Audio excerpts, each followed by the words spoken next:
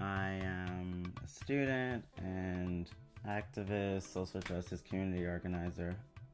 Being from New Orleans is a lot of things. Being from New Orleans is a challenge. Being from New Orleans is a gift.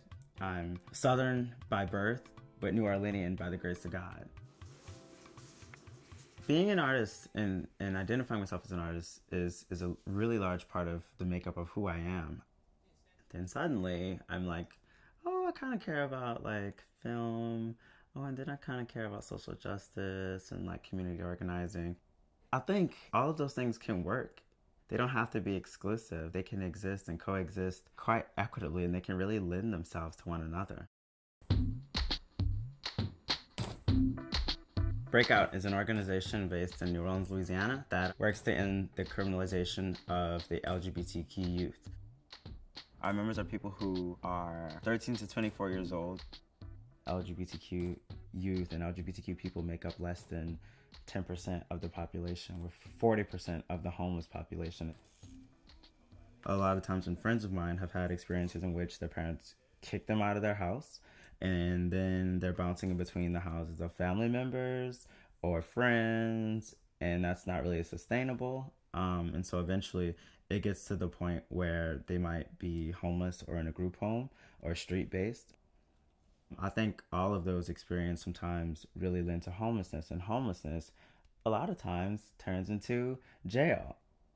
I look at siblings of mine, and it's like something that is very hard realization to swallow and to like conceptualize, but all of the males, 1, 2, 3, have all been in prison. 2 are in prison right now.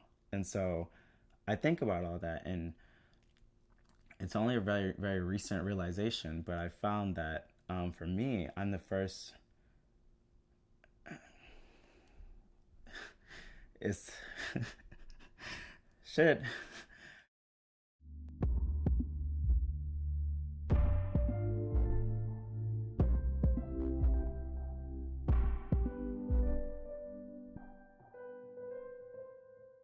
We're really like at like the peak of our We Deserve Better campaign.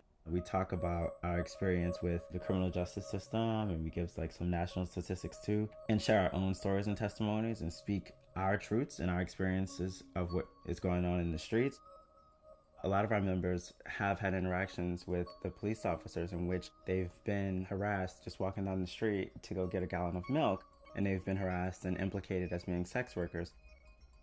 The same officer will come back and try to use their own authority to try to facilitate interactions for sexual favors. And so with the same people, this is going on, and this is how things have been for quite some time. The video eventually was implemented into New Orleans Police Department's training. You learn how to interact with LGBTQ youth from us.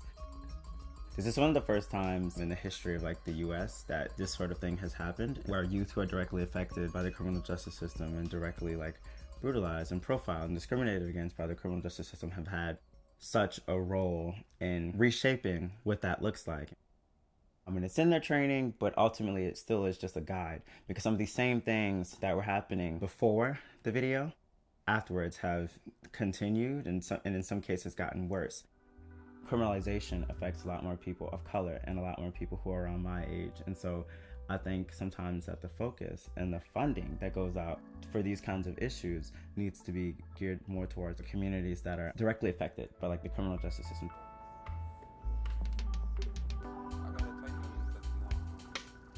Oh, you're about to be so late.